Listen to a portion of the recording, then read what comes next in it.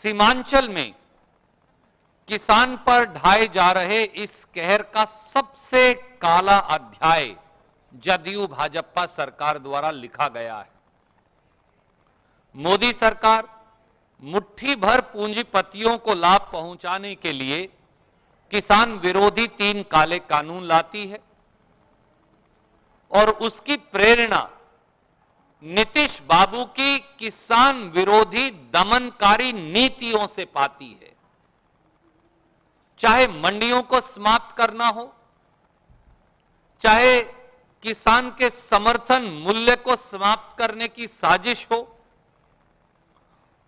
और चाहे फसल बीमा से किसान को वंचित करना हो और जमाखोरों और पूंजीपतियों को लाभ पहुंचाना हो, नीतीश और मोदी सरकारें एक जैसा दुर्व्यवहार करती रही हैं।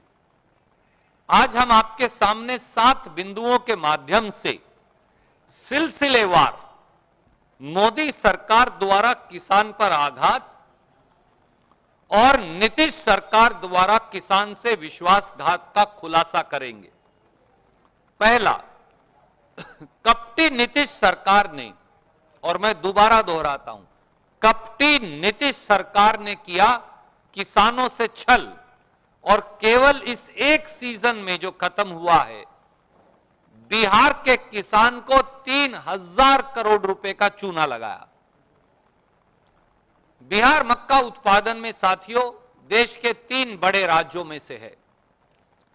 बिहार में प्रति वर्ष 31 लाख टन मक्का उत्पादन होता है और सीमांचल पूर्णिया मक्का उत्पादन का ताज है।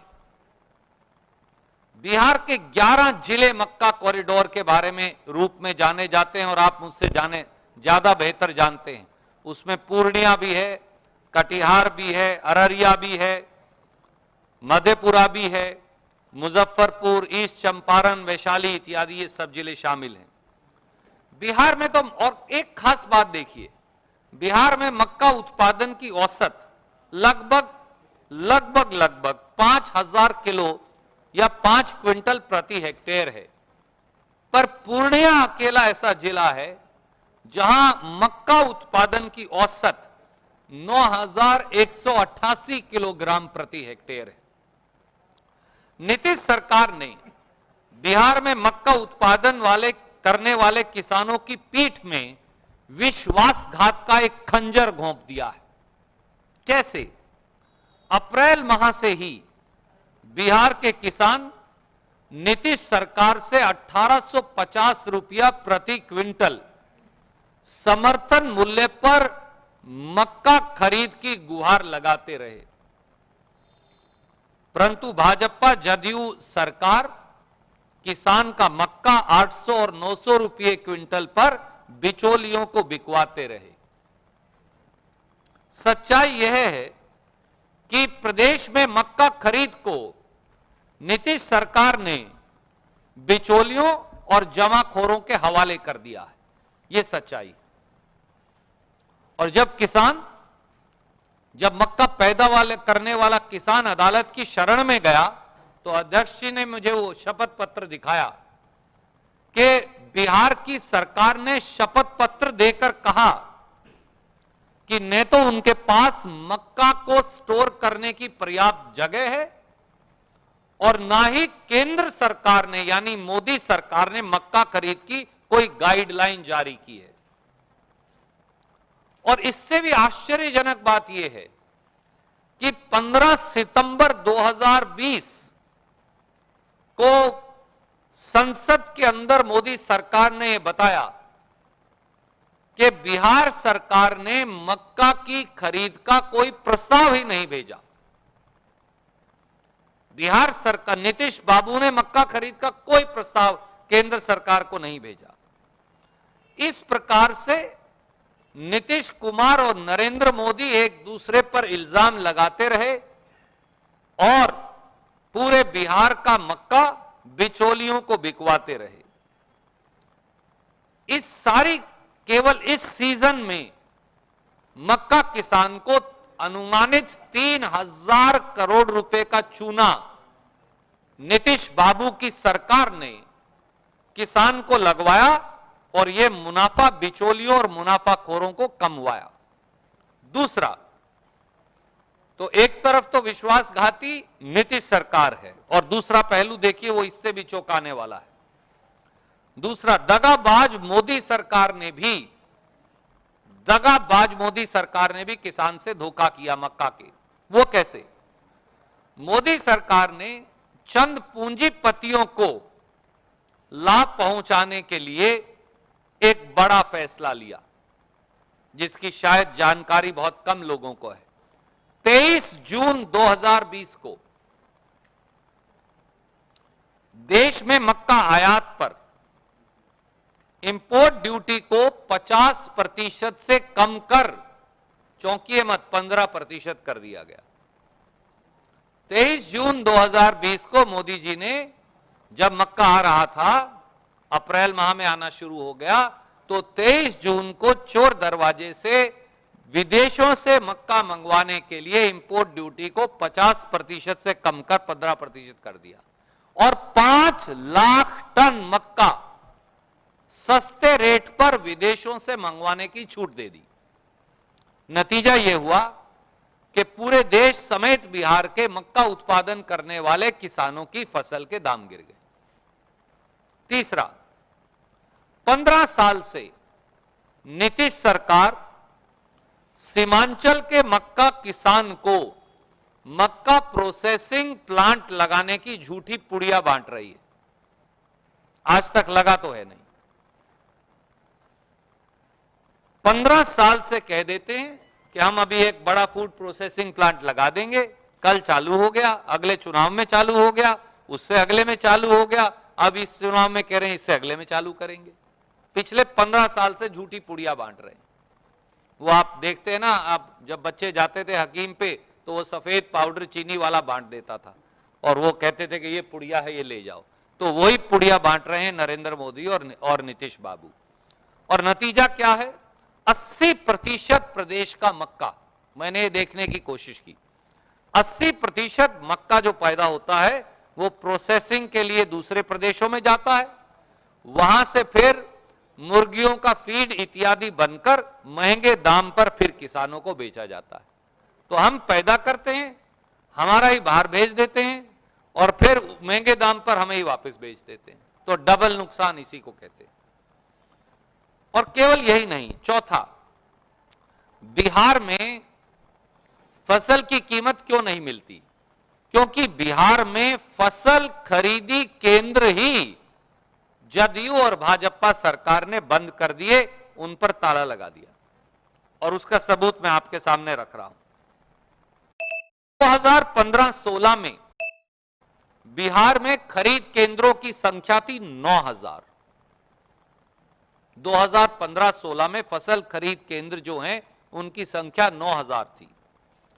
2020-21 में वो घटकर रह गई 1619, यानी लगभग 3500 खरीद केंद्र बंद ही कर दिए। तो ना 9 मन तेल होगा, ना राधा नाचेगी, ना बांस होगा, ना बांसुरी बजेगी। किसान को फसल की कीमत देनी ही नहीं, खरीद केंद्र ही बंद कर दो। यह एक क्लासिकल तरीका है किसान को न्यूनतम समर्थन मूल्य न देने का। पांचवां, बिहार में धान का किसान बर्बादी की कगार पर। जिस प्रकार से धान के किसान को लूटा जा रहा है वह अपने आप में जदयू सरकार और बिचौलियों के गठजोड़ को उजागर करता है। 1850 से 1888 रुपया क्विंटल धान का भाव होना चाहिए। मैं तो खुद अपने खेत में धान लगाता हूं और अभी बेच कर आया हूं, इसलिए पता है। परंतु बिहार में पूर्णिया के इस पूरे इलाके में जहां जहां कोई साथी धान लगा लेता है, धान 1100 और 1200 रुपए में पिटता है। 1850 रुपये वाले धान का 1000 या 1100 रुपया मिलेगा तो किसान का काम कैसे चलेगा? और यही नहीं साथियों, और चौंकाने वाली बात है, और वो ये है, नीतीश और बाबू की और भारतीय जनता पार्टी की सरकार धान की खरीद ही नहीं करती। मैं अध्यक्ष जी को आंकड़े दिखा रहा था जो बड़े इंटरेस्टिंग है। बिहार में 70 से 80 लाख टन मीट्रिक टन, माफ कीजिए, मीट्रिक टन धान पैदा होता है। ये मैं नहीं कह रहा, ये सरकार के आंकड़े। अब 70 से 80 लाख मीट्रिक टन में से सरकार कितना खरीदती है ये देख लीजिए, बस अपने आप सच्चाई सामने आ जाएगी। बिहार सरकार ने 2019-20 में खरीदा न्यूनतम समर्थन मूल्य पर 13.41 लाख टन, 70 से 80 लाख टन में से। 18-19 में खरीदा और कम 9.49 लाख टन, और कम हो गया। और 17-18 में खरीदा था 7.93 लाख टन।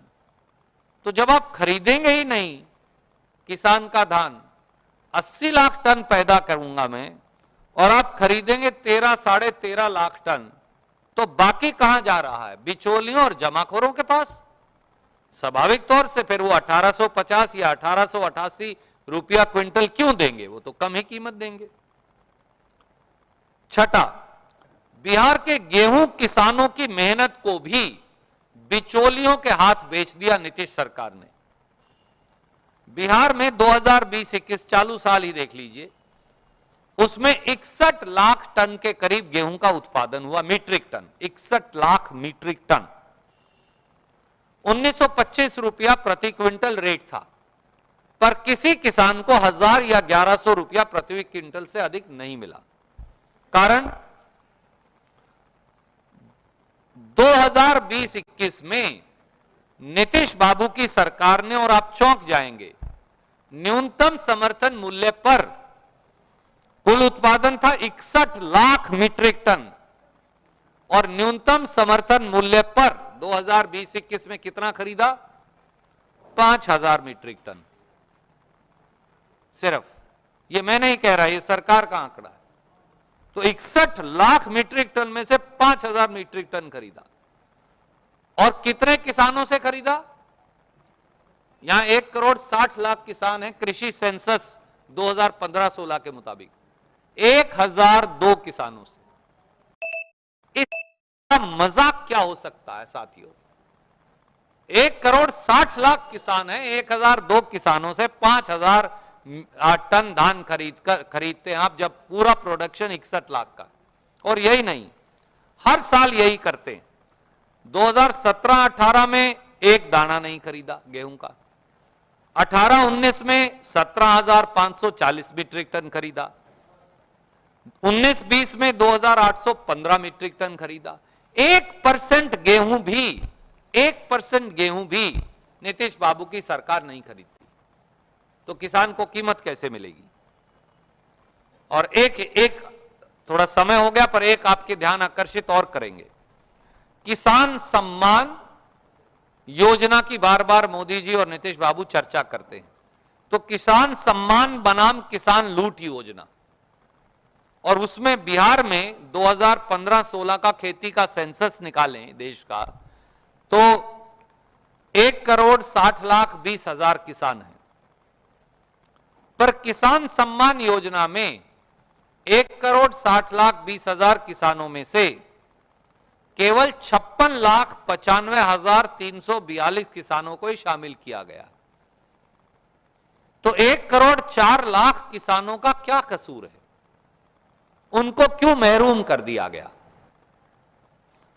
और एक तरफ तो मोदी जी कहते हैं कि हम 6,000 रुपया प्रति साल किसान के खाते में डालते हैं, और दूसरी तरफ मोदी जी ने 6 साल में डीजल की कीमत मई 2014 में 55 रुपया 49 पैसे लीटर थी, और आज वो कीमत है 75 रुपया 90 पैसे लीटर।